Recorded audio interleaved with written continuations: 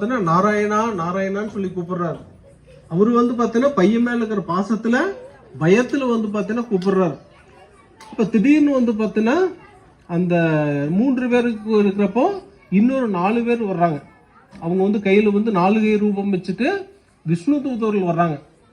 அவங்க என்ன சொல்றாங்கன்னா, இந்த யமதூதவர்கள்கிட்ட இருந்து அந்த அஜாமிலாவோட உயிர் போறது நிறுத்த சொல்றாங்க. அப்ப யமதூதர்களுக்கு ஒரு சந்தேகம் என்ன சொல்றாங்கன்னா, இந்த உலகத்துல பாவம் செஞ்சவங்க யமலோகத்துக்கு போகணும், நரகலோகம் போகணும். நாங்க யமராஜாவோட தூதுவர்கள். இந்த அஜாமிலா எல்லா விதமான பாவகாரியம் செஞ்சுட்டு இருந்தாரு.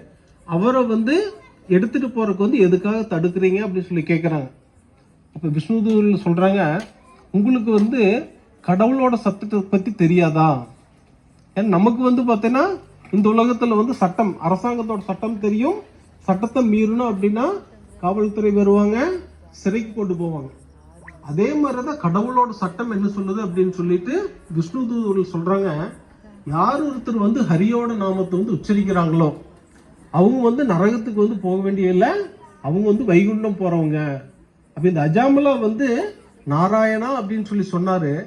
இறக்குற நேரத்துல நாராயணான்னு சொல்லி சொன்னதுனால அவரு பாத்தீங்கன்னா நரகத்துக்கு போக தேவையில்லை, வைகுண்டம் போக வேண்டியவர் அப்படின்னு சொல்லி சொல்றாங்க. அப்ப இது கேட்டோன்னே யமதூதர்களுக்கு ரொம்ப குழப்பம், அஜாமிலனுக்கும் குழப்பம். ஏன்னா அவர் மரணப்படுக்கையில் படுத்துட்டு இருக்கிறவருக்கு ஒரு சைடு நரகத்துக்கு போறதுக்கு கூட்டு போறதுக்கு வந்துட்டாங்க. இன்னொரு சைடு பார்த்தா நாங்க போறதுக்கு ஸ்டாப் பண்ணிட்டாங்க. எதனால ஸ்டாப் பண்ணிட்டாங்கன்னா, அஜாமிலாக்கு அப்பதான் புரியுது நான் நாராயணா அப்படின்னு சொல்லி சொன்னதுனால. அப்புறம் அஜாமிலா உடனடியா பார்த்தீங்கன்னா வைகுண்டத்துக்கு கூட்டிட்டு போல. அவங்க என்ன சொல்றாங்கன்னா, நீ உன்னை தூய்மைப்படுத்திக்கன்னு சொல்லிட்டு விஷ்ணு தூதர்கள் விட்டுட்டு போயிடுறாங்க. அப்பதான் அஜாமிலாக்கு புரியுது, நமக்கு கடைசி நிமிஷத்துல சொன்ன அந்த நாராயணா அப்படிங்கிற நாமம் என்னை நரகத்துக்கு போறதுல காப்பாத்திருக்கு அப்படின்னு சொல்லி. அப்ப நம்ம கடைசியில வயசாகி முடியாம மரணப்படுக்கையில் படுத்துட்டு இருக்கிறப்ப சொல்றதுங்கிறது எல்லோருக்கும் அந்த வாய்ப்பு கிடைக்குமான்னு சொல்லி கேட்டோம்னா அந்த மாதிரியான அதிர்ஷ்டம் யாருக்கும் கிடைக்காது. அதனாலதான் குலசேகர ஆழ்வார் சொல்றாரு, அப்போதைக்கு இப்போதே சொல்லி வைத்தேன். அப்ப நம்ம மரணம் எப்ப வரும்னு சொல்லி தெரியாது. நம்ம நினைக்கலாம், எதுக்கு சாமி மரணத்தை பத்தி பேசுறாங்க அப்படின்னு சொல்லி. அது நம்ம எல்லோருக்குமே பயமுறுத்தக்கூடிய விஷயம். அப்ப யார் ஒருத்தர் ஹரே கிருஷ்ண மந்திரத்தை சொல்லிட்டு இருக்கிறாங்களோ அதைத்தான் பார்த்தோன்னா பிரம்மா என்ன சொல்றாருன்னா, நாங்க தேவலோகத்துல பக்தி செய்யறது எங்களுக்கு மறந்து போயிடுச்சு. நாங்க எங்களோட ரொட்டீன்ல பார்த்தீங்கன்னா பிஸியா இருக்கிறோம். என்ன பிரார்த்தனை பண்றாங்கன்னா, நாங்க செஞ்ச புண்ணிய காரியத்துல ஏதாவது பாக்கி இருக்கு, மிச்சம் இருக்கு அப்படின்னு சொல்லி கேட்டோம்னா எங்களுக்கு பாரத பூமியில மனித பிறவி பார்த்தீங்கன்னா கொடுங்க அப்படின்னு சொல்லி சொல்றாங்க. அப்ப தேவர்களும் விரும்பக்கூடிய மனித பிறவி யாருக்கு கிடைச்சிருக்கு அப்படின்னா நம்ம ஒவ்வொருத்தருக்கும் பார்த்தீங்கன்னா கிடைச்சிருக்கு. அப்ப இந்த மனித பிறவி சொல்லிட்டு தேவர்கள் மறுபடியும் என்ன சொல்றாங்கன்னா, இங்க இருக்கக்கூடியவங்க எளிமையா பார்த்தீங்கன்னா புலன்களை அசைக்கிறதுனாலயே அவங்க பார்த்தீங்கன்னா நேரடியா பார்த்தீங்கன்னா வைகுண்டம் போய் சேர்றாங்க அப்படின்னு சொல்லிட்டு அவங்க சொல்றாங்க தேவர்கள். அப்ப நம்ம எளிமையா புலன்களை அசைக்கிறது எப்படின்னா, நாக்க பார்த்தீங்கன்னா அசைக்கிறது. ஹரே கிருஷ்ணா கிருஷ்ண கிருஷ்ணா ஹரே ஹரே, ஹரே ராமா ராம ராமா ஹரே ஹரே. இந்த ஹரே கிருஷ்ண மந்திரம் உலகம் பூரா மேஜிக் பண்ணியிருக்கு. நம்ம பார்த்தீங்கன்னா நாங்கள் புத்தியம்பாளை வர்றப்ப நினைச்சோம், நீங்க எத்தனை பேர் பார்த்தீங்கன்னா இந்த சங்கீதத்தில் பங்கெடுத்துப்பீங்கன்னு. மணி பார்த்தீங்கன்னா நம்ம 9:45 ஆகிச்சு. நம்ம எத்தனை பேர் பார்த்தீங்கன்னா கேட்டுருக்குன்னு பார்க்குறப்போ அதை சொல்லிட்டு இருந்துச்சு. ஒரு ஊரே பார்த்தீங்கன்னா பக்தராக இருக்கிறப்போ எப்படி இருக்கும் அப்படிங்கிறது இஸ்கான் பார்த்தீங்கன்னா நம்ம இந்த ஹரே கிருஷ்ண மந்திரம் பாடிட்டு இருக்கிறது இங்க மட்டும் கிடையாது. இன்னைக்கு உலகத்துல எந்த மூலைக்கு போனாலும் அங்க பார்த்தீங்கன்னா இந்த ஹரே கிருஷ்ணத்தை கீர்த்தனம் பண்ணிட்டு இருக்கிறாங்க. இது 1965 அமெரிக்கா நம்ம கேள்விப்பட்டிருப்போம், நிறைய பேர் போயும் இருப்போம். அந்த அமெரிக்காவுக்கு பார்த்தீங்கன்னா இஸ்கானோட ஸ்தாபகாச்சாரியர் அமெரிக்காக்குள்ள போறாங்க. அந்த அமெரிக்காவில் பார்த்தீங்கன்னா அந்த கலாச்சாரம் எப்படி இருக்கு அப்படின்னா, நம்ம இன்னைக்கு எதை நோக்கி போயிட்டு இருக்கிறோமோ அந்த மாதிரி ரொம்ப கலாச்சார மோகத்தில் போயிட்டு இருக்கிறாங்க. அப்ப அங்க இருக்கக்கூடியவங்க நாசா யூனிவர்சிட்டின்னு ஒரு பெரிய பல்கலைக்கழகம், அங்க பிரபுபாதர் அமெரிக்காவுக்கு போயிட்டு அங்க அந்த பல்கலைக்கழகத்துல ஒரு உபன்யாசம் கொடுக்க போறப்போ அங்க இருக்கிறவங்க கேட்கறாங்க. என்ன கேட்கறாங்கன்னா, நாங்க வளர்ந்த ஒரு நாடு, ராக்கெட் அனுப்பிச்சிட்டு ரிமோட்ல ஆப்ரேட் பண்ணிட்டு இருக்கக்கூடிய நாட்டில் வந்து நீங்க இந்தியாவிலேருந்து வந்து என்ன சொல்லி கொடுக்க வந்திருக்கீங்கன்னு சொல்லி கேட்குறாங்க.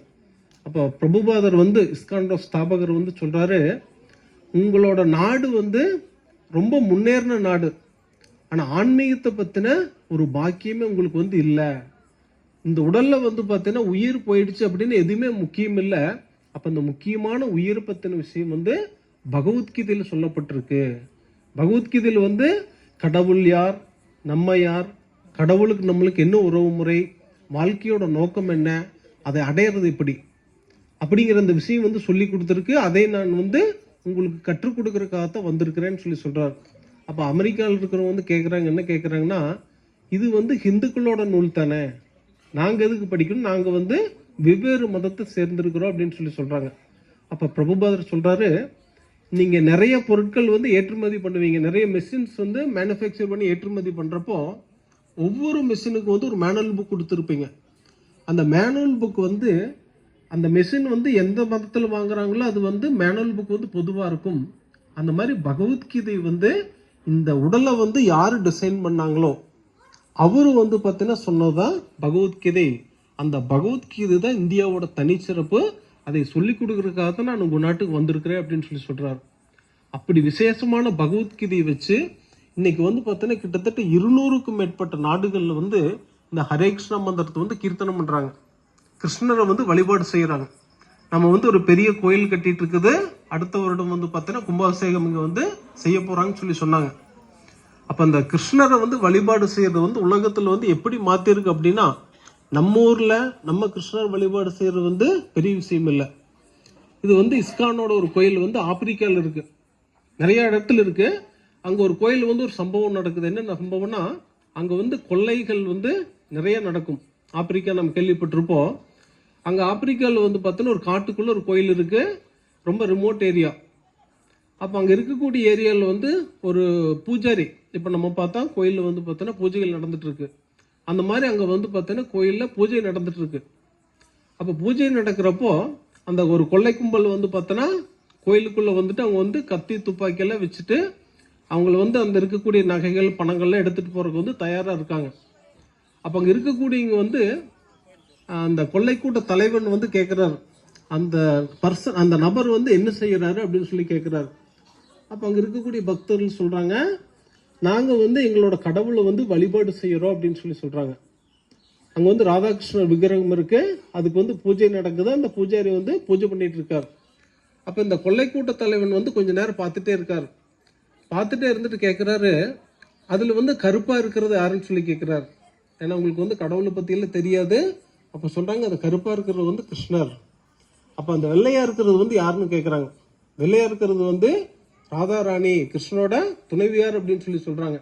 அப்போ கொஞ்ச நேரம் அந்த கொள்ளை கூட்டத்தில் யோசிச்சுட்டு சொல்கிறாரம்மா, அதாவது வந்து கருப்பு பையன் வெள்ளைக்கார பொண்ணு வந்து கல்யாணம் பண்ணியிருக்காருன்னா இந்த கடவுள் வந்து நல்ல கடவுள் அப்படின்னு சொல்லிட்டு அவங்கள வந்து கொல்லாமல் விட்டுறாங்க. அப்போ அதே மாதிரி தான் கிருஷ்ணரை வந்து வழிபாடு செய்யறங்கிறது வந்து நமக்கெல்லாம் பெரும் பாக்கியம். அப்போ கிருஷ்ணரை வந்து பார்த்தோன்னா நம்ம வந்து வழிபாடு செய்யறது வந்து இன்னைக்கு ஒரு நாள் நம்ம வந்து புரட்டாசி சனிக்கிழமை கோயிலுக்கு வருவோம், அதுவும் சாயந்தரம் பஜனை நடக்கிறப்ப வந்துட்டு போனால் மட்டும் போதுமான்னு சொல்லி கேட்டோம்னா என்ன சொல்லியிருக்குன்னா, நித்தமும் செய்யணும். இதைய நம்ம வந்து நித்தமும் செய்யணும் அப்படிங்கிறது வந்து ரொம்ப எளிமையாக சொல்லியிருக்கு. நம்ம டெய்லியும் காலையில் வந்து இந்த ஹரே கிருஷ்ண மந்திரத்தை வந்து ஒரு 108 டைம் உச்சரிக்கிறது. இது வந்து ரொம்ப கஷ்டமெல்லாம் கிடையாது. நம்ம இந்த உச்சரிக்கிறதுங்கிறது வந்து எளிமையாக வந்து ஹரே கிருஷ்ணா கிருஷ்ணா கிருஷ்ணா ஹரே ஹரே, ஹரே ராமா ராம ராமா ஹரே ஹரே. இந்த ஹரே கிருஷ்ண மந்திரத்தை வந்து உச்சரிக்கிறது வந்து நம்ம தினமும் கோயிலுக்கு போக முடியாது. ஏன்னா கலியுகம் வந்து பார்த்தீங்கன்னா நம்ம வந்து முன்னாடி யுகத்தில் வந்து இருந்த மாதிரி வாய்ப்புகள் வந்து நமக்கு கிடைக்காது. அது ஹரே கிருஷ்ண மந்திரம் வந்து உச்சரிக்கிறோம் அப்படின்னா நம்ம கோயிலுக்கு போனால் அதே பலன் கிடைக்கும். அதுக்கப்புறம் பகவத்கீதை புத்தகங்கள் வந்து நம்ம டெய்லியும் வந்து பார்த்தோன்னா ஒரு ஸ்லோகம் வந்து பார்த்தோன்னா வாசிக்கணும். ஏன்னா உலகம் ஃபுல்லாக இருக்கிறவங்க வந்து பார்த்தோன்னா பகவத்கீதை வந்து வாசித்தவங்க வந்து பெரிய பெரிய பக்தர்லாம் இருக்கிறாங்க. அப்போ நமக்கு வந்து அந்த வாய்ப்பு கிடைச்சிருக்கு. நிறைய பேர் நம்ம பகவத்கீதை கேள்விப்பட்டிருப்போம், அது நல்ல புத்தகம் வீட்டில் வச்சுருப்போம், எடுத்து படிக்க ஆரம்பிச்சிருக்க மாட்டோம். அப்போ அந்த பகவத்கீதையை எடுத்து படித்தா மட்டும்தான் நமக்கும் கடவுளுக்கும் இருக்கக்கூடிய உறவு என்ன, வாழ்க்கையோட நோக்கம் என்ன, அதை அடையிறது எப்படி, இது எல்லாமே வந்து பகவத்கீதையில் சொல்லப்பட்டிருக்கு.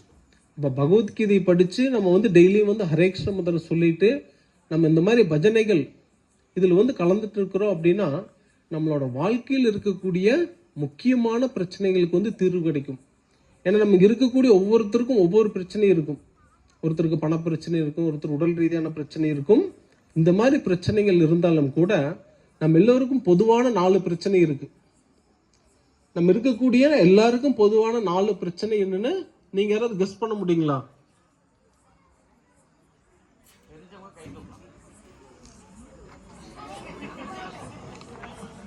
ஏன்னா நீங்க எதுக்காக இதை கேட்குற அப்படின்னா, நான் உட்காந்து பேசிட்டு எந்திரிச்சு போயிடும், நீங்களும் எந்திரிச்சு போயிட்டீங்க அப்படின்னா இது வந்து பிரயோஜனம் இல்லை.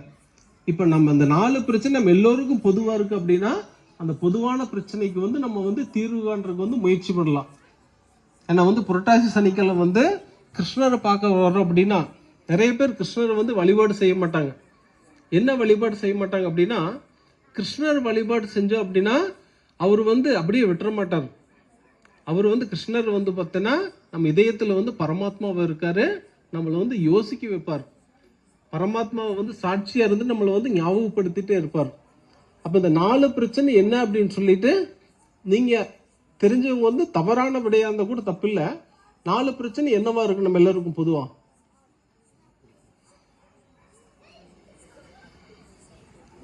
ஒரு க்ளூ நான் கொடுக்குறேன். பிறப்பு அப்படிங்கிறது வந்து நம்ம எல்லோருக்கும் பொதுவானது. நம்ம வந்து ஒரு 100 பேர் 200 பேர் இங்க இருக்கிற அப்படின்னா ஒவ்வொருத்தரும் ஒவ்வொரு ஏஜ் குரூப்ல இருப்போம்.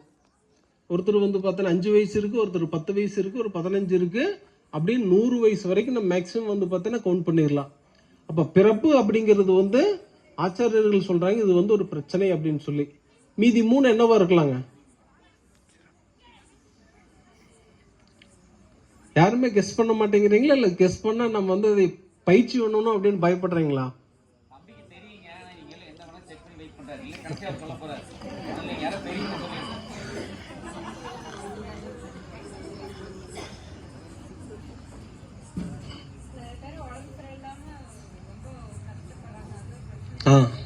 அவங்க சொல்றது வந்து வியாதி. வியாதி வந்து இந்த உலகத்தில் இருக்கக்கூடிய எல்லாருக்கும் பொதுவான பிரச்சனைகள் வந்து அதுவும் ஒண்ணு.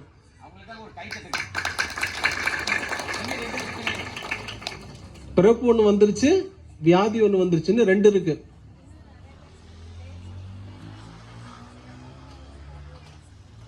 அது ஒரு பிரச்சனை, பட் எல்லாருக்கும் பொதுவான பிரச்சனை இல்ல. பிறப்பு எல்லாருக்கும் பொதுவான பிரச்சனை, வியாதி பொதுவான, இன்னும் 2 இருக்கு.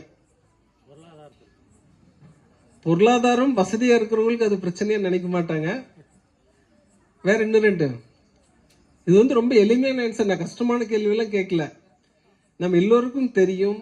ஆனா நம்ம என்ன நினைக்கிறோம்னா இதை வந்து யோசிக்க ஆரம்பிச்சு அப்படின்னா நம்ம வந்து ஸ்மூத்தா போயிட்டு இருக்கிறது வந்து நம்ம லைஃப் என்ன நினைச்சிட்டு இருக்கிறோம் அப்படின்னா நம்மளுக்கு வந்து லைஃப்ல வந்து செட்டில் ஆகணும் அப்படின்னு சொல்லிட்டு ஐடியாவோட இருப்போம்.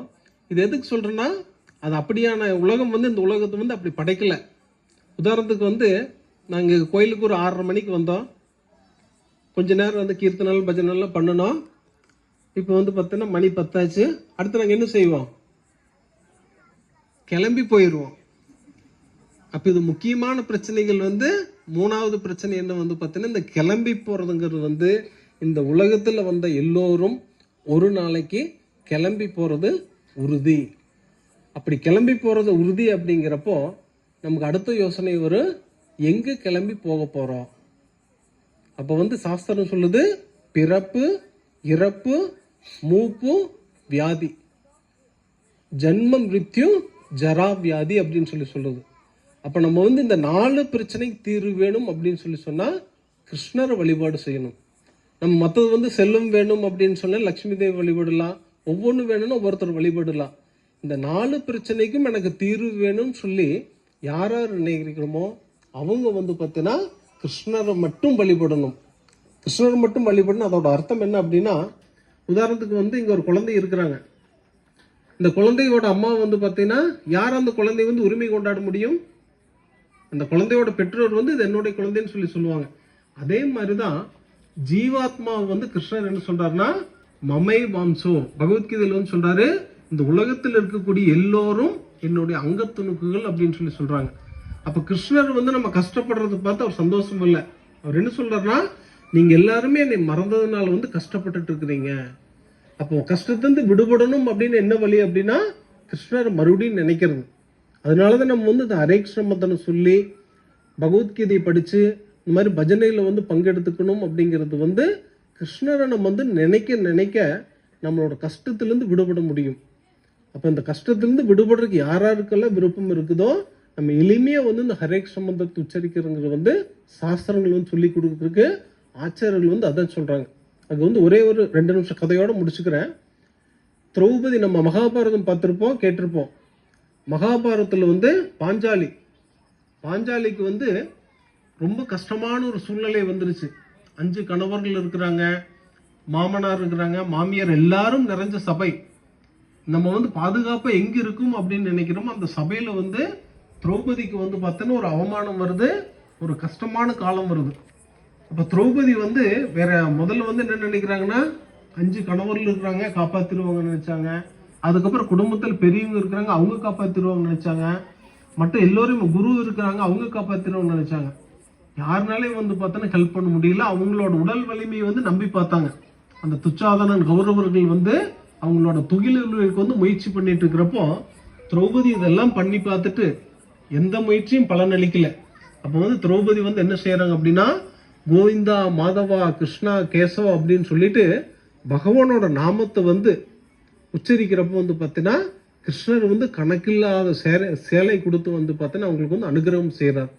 அப்போ நம்ம வந்து அந்த மாதிரியான மனநிலையில் வந்து கிருஷ்ணரை வந்து வழிபாடு செய்கிறோம் அப்படின்னா கிருஷ்ணர் வந்து உடனடியாக வந்து பார்த்து நம்மளுக்கு வேணுங்கிற வந்து உதவிகள் செய்யறதுக்கு வந்து தயாராக இருக்கார். அதனால நம்ம வந்து இந்த ஒரு பொன்னான வாய்ப்பு நமக்கு கிடைச்சிருக்கு. எல்லோருமே ஆசைப்படக்கூடிய ஒரு வாய்ப்பு. இது வந்து மறுபடியும் நம்மளுக்கு கிடைக்குமா அப்படின்னு சொல்லி கேட்டோம்னா 100% நமக்கு வந்து தெரியாது. ஆனால் இன்னைக்கு வந்து நம்ம வந்து பகவானோட நாமத்தை உச்சரிக்கிறதுக்கு வந்து அந்த வாய்ப்பு கிடைச்சிருக்கு. அதனால நம்ம வந்து ஒரு டைம் எல்லோருமே வந்து உறக்கமாக சொல்லலாம். இது வந்து இது முடிவுக்காக சொல்றதில்ல, நம்ம வந்து ஆரம்பத்துக்காக. இன்னிலிருந்து நம்ம வந்து டெய்லியும் வந்து குறைஞ்சது 108 டைம் இந்த ஹரே கிருஷ்ண மந்திரம் சொல்றோம் அப்படின்னா நம்மள மாதிரி பாக்கியசாலிகள் வந்து நம்ம பாக்கியசாலிகள், மற்றவங்க பாக்கியசாலி இல்லைன்னு நமக்கு தெரியாது. நான் பாக்கியசாலி அப்படிங்கிறது வந்து நம்ம உறுதியா நம்பலாம். அதனால ஒரு டைம் நம்ம எல்லோருமே சேர்ந்து உறக்கமா சொல்லலாம். ஹரே கிருஷ்ணா கிருஷ்ணா கிருஷ்ணா ஹரே ஹரே, ஹரே ராமா ராம ராமா ஹரே ஹரே. நன்றி திரு சேஷரூப் நிதாய் பிரபு. இங்க இருக்கக்கூடிய பக்தர்களுக்கு பிரபு 2 minutes.